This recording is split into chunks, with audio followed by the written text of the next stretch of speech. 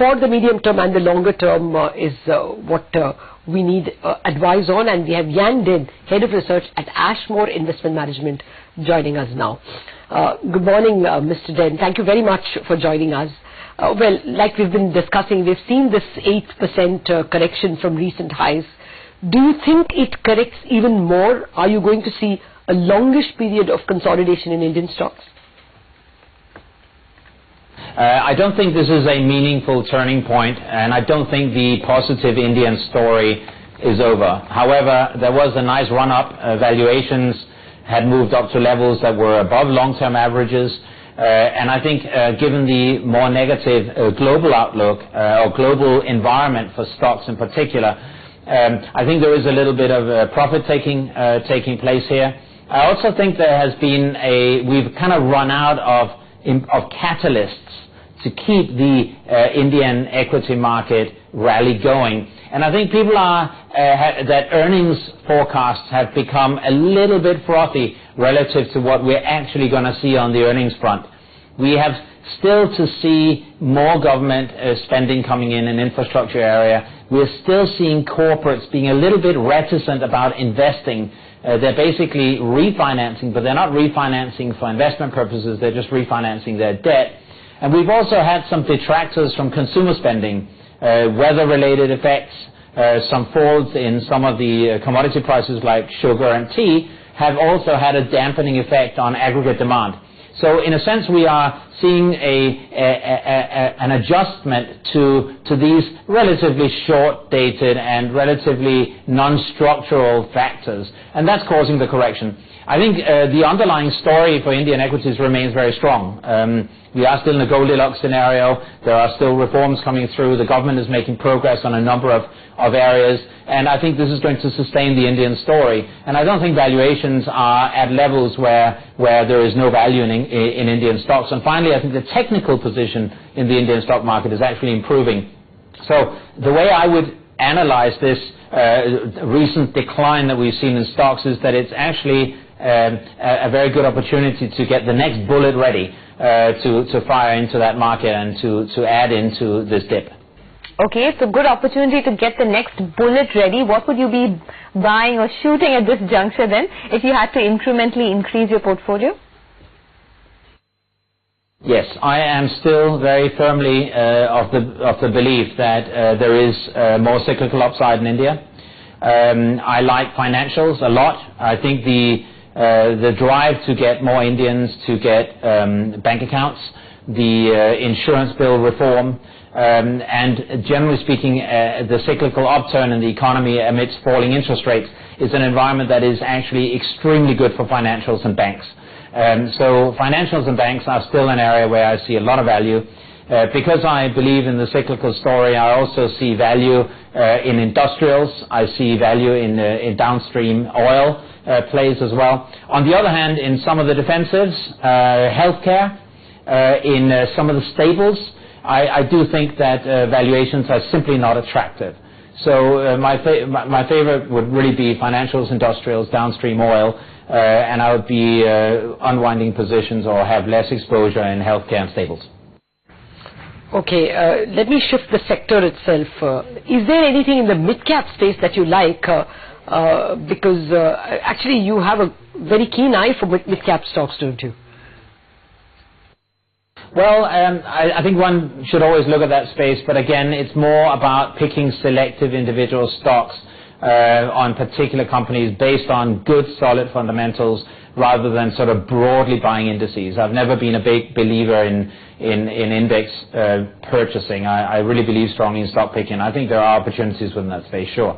Would you like the non-banking companies? Is there still a rate trade over there, or do you like them because many of them are exposed to commercial vehicle companies which could be doing well, as we just heard, because mining has started improving? Yes, I think you're absolutely right. I think the mining story is an important driver here. The move towards coal auctions and so on, I think, is going to be very good. I also think there are some of the energy sector stocks, the government support, for example, for gas-fed power stations, which has been announced recently. I think this is a very positive development. not just for the energy sector itself and the supply of energy and electricity in India, which of course is always a welcome development, but also because it allows some of these companies to begin to service some of their debts to banks. And that then eases up the financial conditions, and once the financial conditions ease up, then you start seeing a more credit-based recovery. So yes, I think these are some pretty interesting developments. Well, there are companies like Torrent Power or GMR which have gas-based power stations, and then there are public sector banks which lend to them. Do you like any of these? Well, I would stay clear of the names simply because I'm not managing my own money. I'm managing clients' money, and they wouldn't want me to tell you what's in their account. But I would say that state banks, I think, are another interesting play here. There's been a lot of improvement in governance of state banks, and I think that increases their operational performance, and I think that has not really been fully priced in yet, so I think there's value in that space. The big space that's been moving off late is the telecom companies. They've just agreed to pay a lot for spectrum, but they've secured spectrum for the next couple of decades. Would you still like them?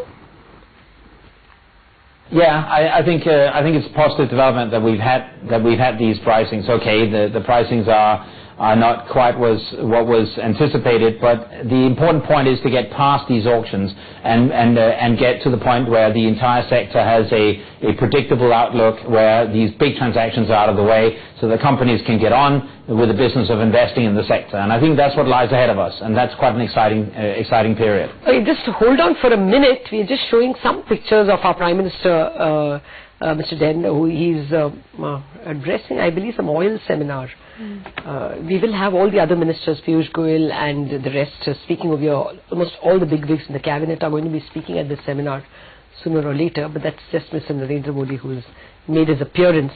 Well, when the speech turns into economic policy, we will cut in. For the moment, let's get back to Mr. Jan Dehn. Jan, we can't leave you without taking your index levels. What at an index level can they return in the next 12 months, and how much can they return in, say, 24 months?